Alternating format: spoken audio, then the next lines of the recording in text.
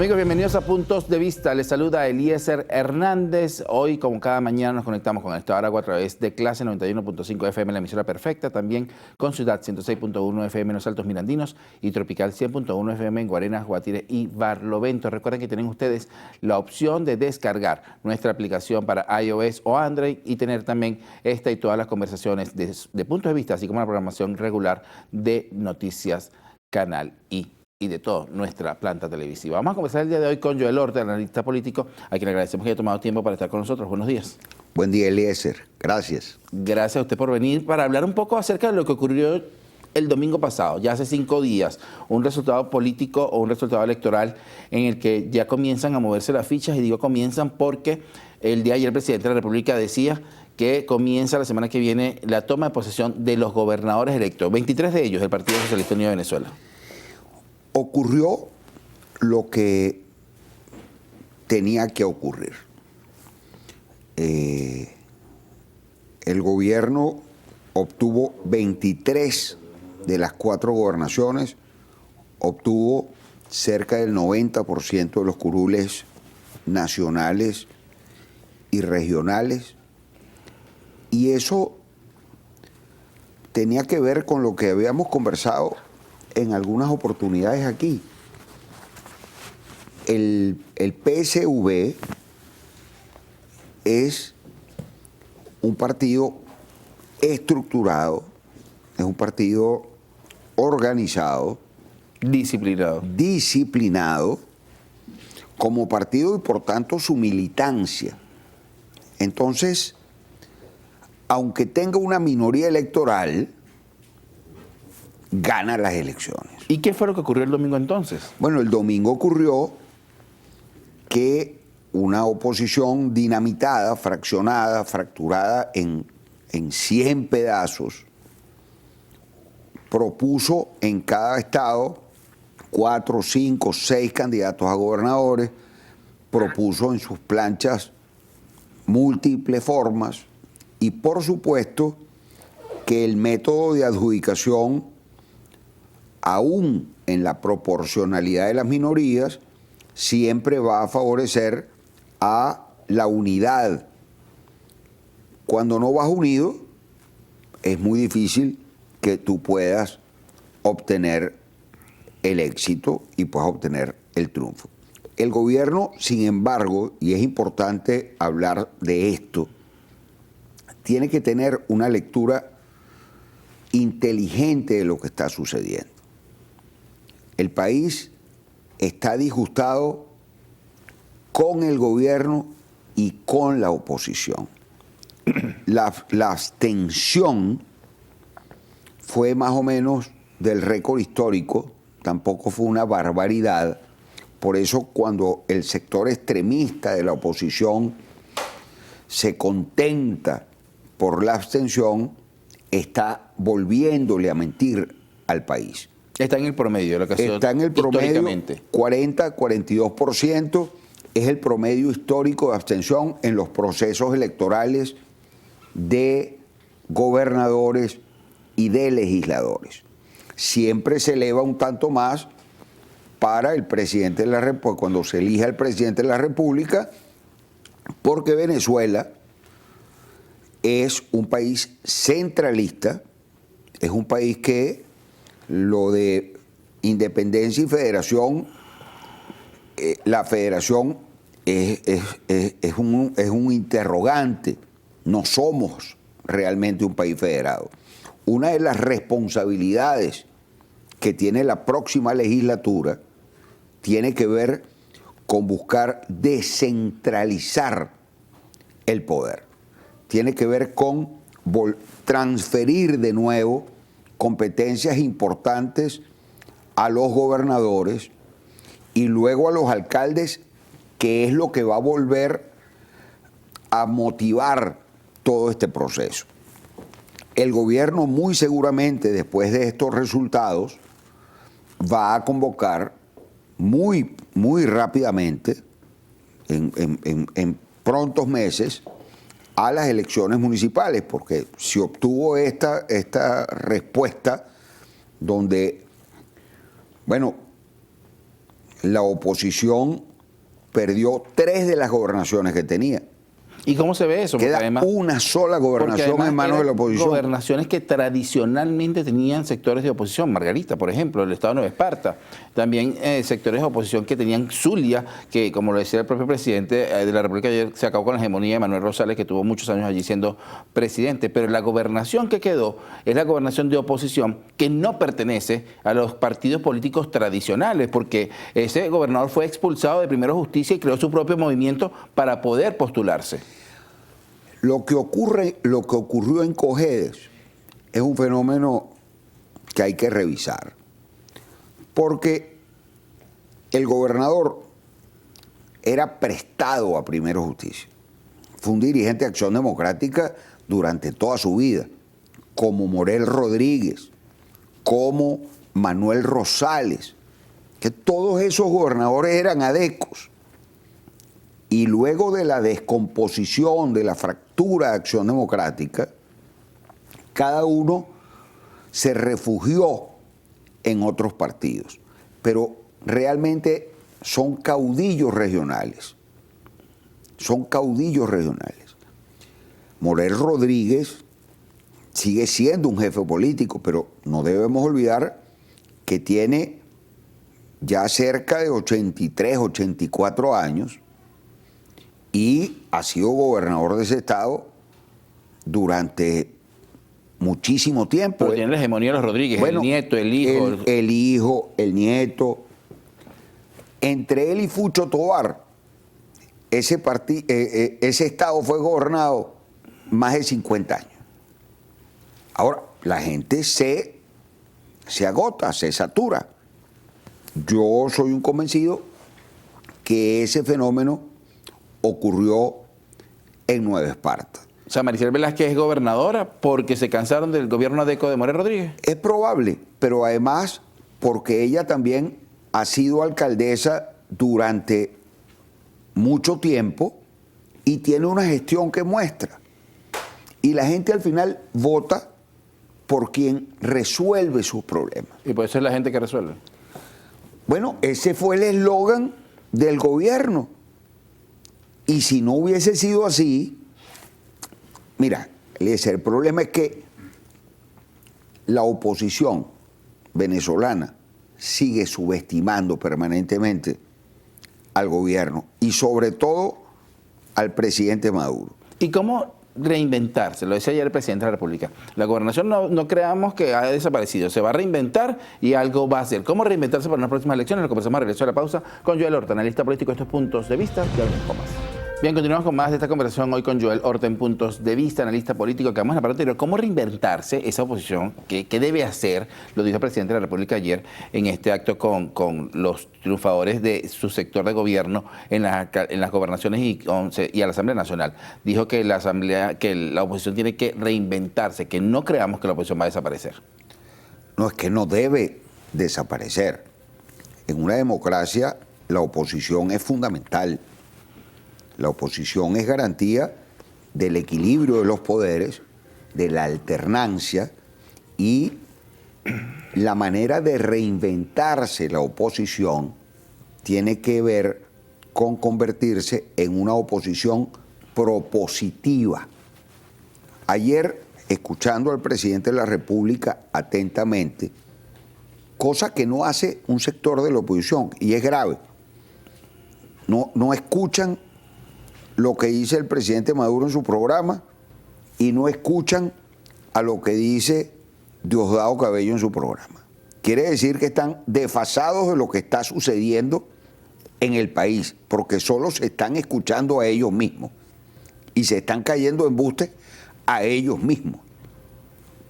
Yo al gobierno siempre le dirijo palabras en lo que pienso que debe hacer en materia económica, en materia monetaria, en materia salarial, en materia educativa, en materia de salud, porque es mi responsabilidad como ciudadano advertir lo que no se está haciendo bien. Ahora, debo ser mucho más crítico con la oposición. ¿Por qué? Porque si estoy allí, se supone que tengo que alertar de los errores que se están cometiendo. ¿Y cuál fue ese error del sector oposición el pasado domingo? Lo digo, por ejemplo, en el caso de el estado Zulia, donde había un gobernador que por tradición era de oposición. Gana el sector oficial en esta oportunidad. ¿Qué pasa, por ejemplo, en el estado Aragua, donde si bien tradicionalmente lo ha gobernado el Partido Socialista Unido de Venezuela, había una opción que era Luis Eduardo Martínez, de Acción Democrática, por cierto, y que estaba apostando por ser gobernador? Fíjate que el caso de Luis Eduardo Martínez, que es mi gran amigo y lo respeto mucho, lo considero un gran dirigente político, reunió de 23 organizaciones políticas a 20 en torno a su candidatura y aún así no gana. Tiene que ver entonces con el mensaje, tiene que ver entonces con la oferta política. Volviendo a un minuto que estábamos conversando de eso, ayer el propio presidente Maduro advertía, aquí está el plan de la patria, aquí está el programa de los 7 motores. ¿A qué propone la oposición? El tema es que la oposición, y afortunadamente, no podemos hablar de una vacatio legis porque lo que ocurre no es la aprobación de una ley que se va a aprobar en 6 meses. Pero esta Asamblea Nacional recién electa, que tomará posesión el 5 de enero de 2026. Tiene 6 meses para reunirse, para entenderse y para proponer una agenda alternativa de país, pero además para proponer lo que tiene que ver con desconfigurar lo que el propio gobierno llama el desmontaje del gobierno burgués para convertirlo en el gobierno comunal. Eso es lo que viene.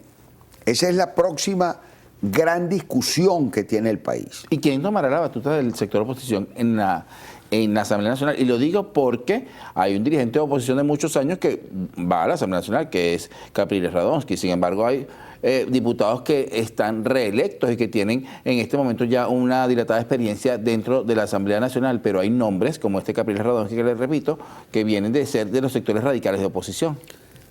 Capriles vuelve al Parlamento después de casi 26 años y no me voy a referir a lo que ocurrió en aquel momento, porque fue además el tiempo en que se desmonta el Congreso de la República, se va a la Constituyente y se inicia el proceso de la Asamblea Nacional. Yo, por supuesto, respeto mucho a Enrique Capriles. Fue alcalde de Baruta, fue gobernador de Miranda. Fue gobernador de candidato Miranda, presidencial. Fue 2 veces candidato presidencial. Ahora,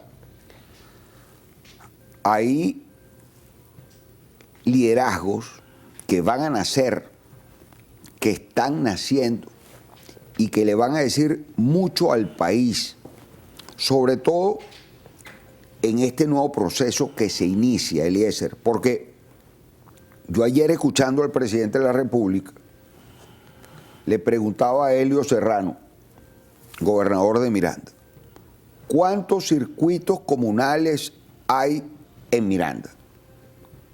Me dio una cifra exacta, algo de 4.638, algo así escuché. Dio un número preciso. Es decir, ese Estado comunal ya existe, de facto existe, y la oposición no lo ha comprendido.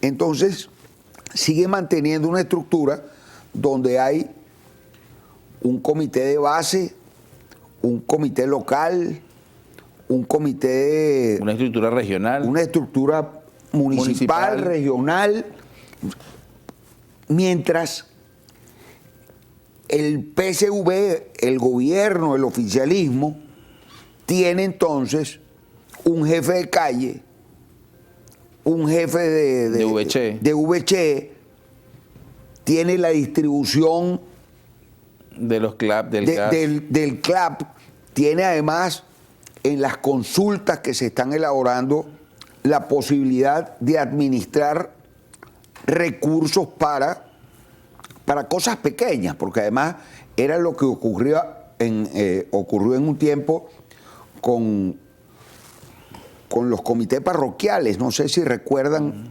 ustedes aquello, pero administran recursos y resuelven problemas puntuales, rápidos, inmediatos.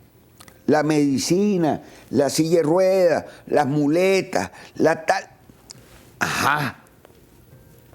¿Qué hace la oposición para reinventarse? Tiene oportunidad la oposición de hacerlo y digo porque también viene una reforma constitucional que ha propuesto el presidente de la República, Nicolás Maduro, y eso debe ocurrir con la nueva Asamblea Nacional. Pero también, antes de finalizar el año, debe haber elecciones de alcaldes, porque así lo establece la Constitución. Vamos a comenzar eso al regreso de la pausa. Okay. Con nosotros, Joel Horta, analista político, estos puntos de vista. Ya venimos.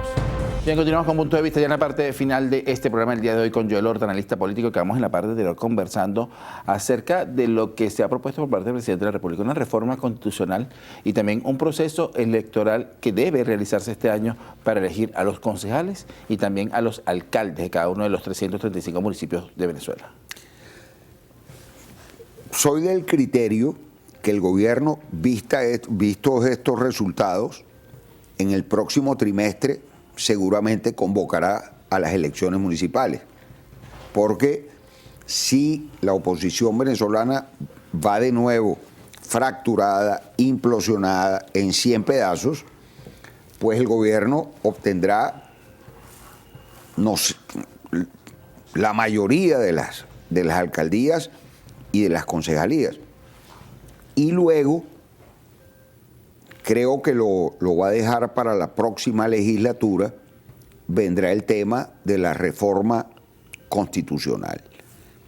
Esa reforma constitucional, afortunadamente, en resguardo de la ciudadanía, está constitucionalmente establecido que será a través de la vía referendaria, es decir, que tendrá que ser consultado en referéndum la posibilidad de modificar la Constitución.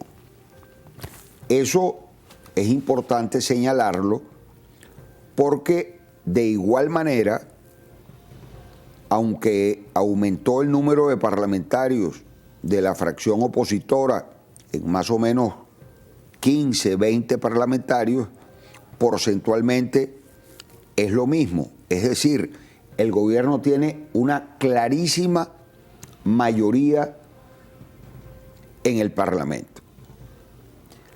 Es importante, y yo siempre advierto que el respeto a las minorías es fundamental en una democracia.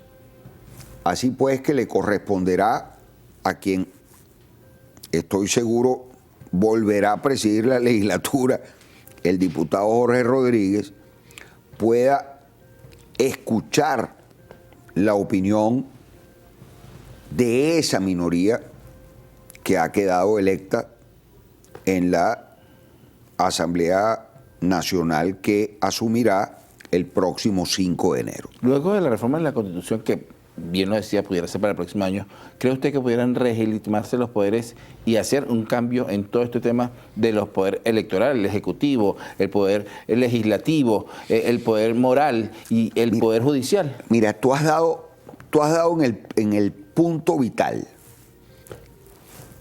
Y ayer también escuché al presidente Maduro referirse a ese tema. Porque la posibilidad de reencuentro del país, la posibilidad de reconciliación del país, tiene que ver mucho con eso. Tiene que ver con la posibilidad que el gobierno escuche, como fue el título de una película muy famosa, Los gritos del silencio. el país también está reclamando unidad, reconciliación, no la imposición de una primera minoría sobre una mayoría fraccionada. Esas son cosas que se deben revisar. Y la construcción de un posible gobierno de amplia base, donde se incorporen a sectores que hoy no están allí, sería fundamental para que todo el país pudiera sentirse representado, pudiera sentirse escuchado y pudiésemos tener nosotros una agenda común para que Venezuela se convierta en el país que todos nos merecemos. Porque a Venezuela no lo construye solo el oficialismo, no lo puede construir solo el chavismo o solo el madurismo, pero tampoco lo puede construir solo el factor opositor. Lo tenemos que construir entre todos. Es un conjunto, pero ¿qué aporta la oposición venezolana? Bueno, la oposición tiene que empezar a aportar ideas y a decir, si el gobierno, por ejemplo, tiene una agenda estructurada en el sector petrolero y no es el acertado, bueno, ¿cuál es el que propone la oposición? No puede seguir simplemente criticando. ¿Qué vamos a hacer con la educación? ¿Qué le ofrecemos al gobierno para que el sector de la salud pueda mejorar? O sea, que tiene una tarea la oposición ahora. En materia salarial, que no existe salario en Venezuela. Ajá. Y existe política monetaria. Tampoco. Ahora, ¿qué hacemos? No puede ser la mera crítica. Insisto en lo que dije hace unos minutos. La oposición tiene que convertirse en una oposición propositiva. Y la única manera de hacerlo es revisando lo que el gobierno ha denominado Plan de la Patria para poder presentar un modelo alternativo o un modelo complementario. Que vaya en consonancia con lo que está diciendo. Porque es que tú no puedes oponerte por oponerte. Sin no tener argumento. Sí, es así. Muchísimas gracias por acompañarnos. Gracias. Amigos, con nosotros Joel Horta, analista político. Esto fue Puntos de Vista. Que tengan todos muy buenos días.